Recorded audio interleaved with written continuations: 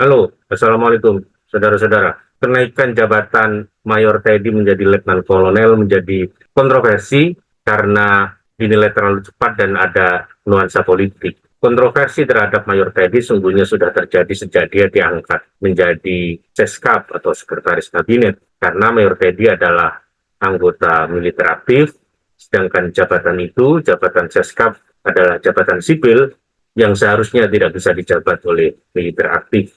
Pelanggaran-pelanggaran terhadap undang-undang, khususnya undang-undang TNI ini terus terjadi. Kritik yang muncul juga adalah pengangkatan Mayor Jenderal Novi Helmi Prasetya sebagai Dirut Bulog yang juga dinilai melanggar undang-undang TNI. Apa konsekuensinya? Kita akan membahas sesaat lagi.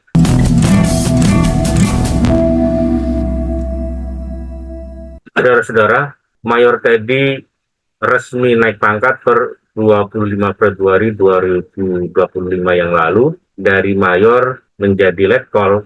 Namun proses pengangkatan ini dinilai banyak pihak tidak sesuai dengan prosedur, aturan, dan sistem meritokrasi yang ada di tubuh TNI. Salah satunya karena untuk menjadi letnan kolonel harus lulus Sesko AD. Nah, Mayor Teddy ini belum lulus Sesko AD dan ini menimbulkan persoalan. Terkait Mayor Teddy ini memang ada problem sejak awal ketika dirinya diangkat sebagai sekretaris kabinet pada tanggal 21 Oktober 2024 yang lalu.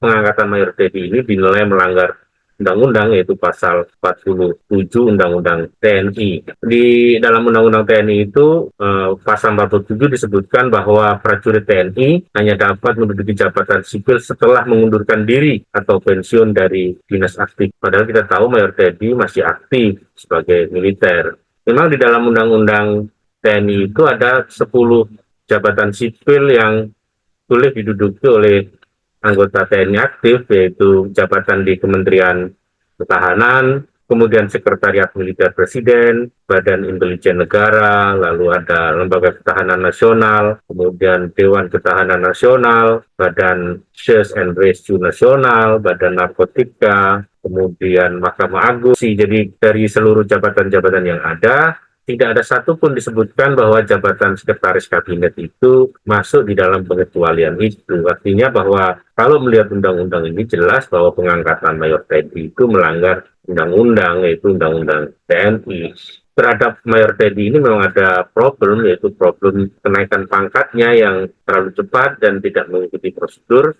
Dan yang kedua ada pelanggaran undang-undang TNI, yaitu bahwa TNI aktif tidak boleh menduduki jabatan sipil. Sedangkan Mayor Teddy saat ini masih menjadi militer aktif. Nah, dalam konteks pelanggaran undang-undang militer ini juga terjadi nih kepada Dirut Bulog ya, yaitu Mayor Jenderal TNI Novi Helmi Prasetya yang pada Februari lalu, tanggal 7 Februari tepatnya, diangkat menjadi Dirut Bulog. Padahal Majen Novi masihlah militer aktif gitu ya. Dan sama dengan apa yang terjadi pada Mayor Teddy dalam jabatannya sebagai Seskap, jabatan Majen Novi Helmi ini juga melanggar undang-undang, yaitu pasal 47 Undang-Undang TNI tersebut, yaitu pasal 47 ayat 1, kalau prajurit TNI mau menduduki jabatan sipil yang harus mengundurkan diri, sebab posisi Direktur Bulog tidak masuk di dalam 10 pengecualian yang ada di dalam Undang-Undang TNI. Oleh karena itu adanya kecenderungan pengangkatan militer aktif di dalam jabatan-jabatan sipil ini menimbulkan kekhawatiran baru bahwa ini akan mengembalikan apa yang dulu disebut dengan fungsi ABRI, sekaligus juga melanggar supremasi sipil. Dan ini menjadi semacam bentuk ancaman terhadap demokrasi dan melampaui batas peran TNI dan pemerintahan sipil. Dalam konteks ini bisa dibilang bahwa ada undang-undang yang dilanggar oleh Presiden Prabowo Subianto dan ini berpotensi menimbulkan problem politik tersendiri. Memang kalau kita lihat konstitusi, Presiden tidak secara langsung melanggar konstitusi, tetapi ada undang-undang yang dilanggar dan ini jelas-jelas melanggar apa yang disebut dengan sumpah jabatan ya. Kita tahu bahwa dalam sumpah jabatan, Presiden berkomitmen untuk memegang teguh undang-undang dasar dan menjalankan segala undang-undang. Bismillahirrahmanirrahim. Demi Allah, saya bersumpah akan memenuhi kewajiban Presiden Republik Indonesia dengan sebaik-baiknya dan seadil-adilnya, memegang teguh Undang-Undang Dasar dan menjalankan segala undang-undang dan peraturannya dengan selurus-lurusnya, serta berbakti kepada nusa dan bangsa. Dalam konteks ini maka bisa dibilang bahwa pengangkatan militer aktif dalam jabatan-jabatan sipil adalah pelanggaran Undang-Undang TNI, dan dengan demikian Presiden sebagai orang yang melakukan pengangkatan itu jelas melanggar sumpah jabatan. Secara fundamental itu jelas melanggar prinsip kedaulatan hukum. Tentu saja itu juga bisa disebut abuse of power atau penyalahgunaan kekuasaan ketika kekuasaan disalahgunakan untuk melanggar hukum, dan hukum itu sendiri tidak bisa menjadi pengendali dari kekuasaan. Tentu masalah ini bukan tanpa konsekuensi, karena kalau kita lihat ada konsekuensi hukum, misalnya Presiden bisa saja mengalami semacam konsekuensi hukum di MK misalnya dalam proses pemakzulan, meskipun dari sisi hitung-hitungan politik itu menjadi agak tidak memungkinkan karena konfigurasi politik di parlemen misalnya didominasi oleh kelompok koalisi pendukung Presiden Prabowo. Ada juga sebenarnya selain konsekuensi hukum, ada konsekuensi politik berupa krisis legitimasi. Jika terjadi krisis legitimasi dan kepercayaan publik melemah, maka bisa menimbulkan demonstrasi dan protes publik yang meluas. Dan ini juga bisa kemudian mendorong MA untuk melakukan tindak lanjut.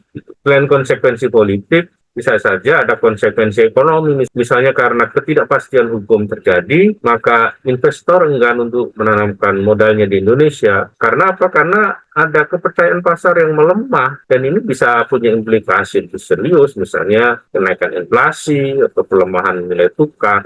Selain itu juga ada kemungkinan ketimpangan sosial yang semakin lebar, karena praktek korupsi, kemudian hukum yang tidak adil, ini akan menimbulkan nepotisme yang merajalela, dan kemudian ya itu tadi memperlebar ketimpangan sosial. Dan konsekuensi yang kemudian harus dihitung adalah misalnya ketidakpuasan publik yang kemudian menimbulkan konflik sosial, dan ini bisa meningkatkan ketegangan ya di antara masyarakat. Dan yang lebih mengkhawatirkan dari semua yang ada, sungguhnya kita sedang melihat gejala otoritarianisme baru, di mana pelanggaran undang-undang terlihat dilakukan secara sistematis tanpa ada koreksi dari lembaga-lembaga resmi. Gejala ini juga kita lihat misalnya terjadi apa yang tadi kita sebut sebagai pelanggaran terhadap rule of law misalnya. Lalu yang kedua, terjadi apa yang disebut dengan militerisasi pemerintahan, dan kemudian ada penyalahgunaan kekuasaan, ada pelemahan demokrasi dan akuntabilitas. Jadi seluruh problem-problem itu jika terakumulasi dan kemudian terus-menerus terjadi, bukan tidak mungkin terjadi apa yang disebut dengan gejolak sosial, demonstrasi yang meluas, dan segala macam. Dan ini bisa menimbulkan problem tersendiri. Oleh karena itu, saya kira Presiden Prabowo harus hati-hati betul untuk melihat problem ini secara lebih komprehensif, dan kemudian jangan main-main dengan kekuasaan karena situasinya bisa sangat serius. Presiden ke-6, Susilo Bambang Yudhoyono, sudah mengingatkan bahwa jangan sampai jabatan-jabatan sipil itu diisi oleh militer aktif, karena selain melanggar undang-undang, tentu itu bisa menimbulkan konsekuensi serius. Dan saya kira ini harus dihitung betul oleh Presiden Prabowo, sebab kalau tidak maka apa yang dikhawatirkan itu bisa betul-betul menjadi problem bernegara yang sangat complicated dan bisa menjerumuskan Indonesia ke dalam situasi yang sangat sulit. Terima kasih atas perhatian saudara-saudara. Sampai jumpa di pembahasan berikutnya. Assalamualaikum warahmatullahi wabarakatuh.